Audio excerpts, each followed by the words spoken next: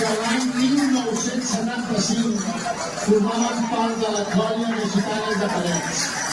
L'any de la recuperació d'aquesta tradició del nostre poble.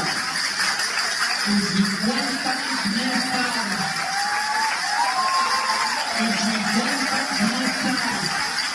continuen formant part de la colla de Petit, de Junts, de la colla de gitanes de Parets.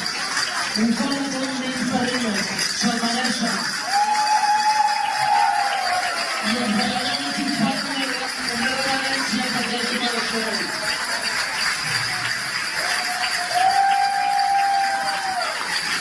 Cinquanta anys no es van cada dia.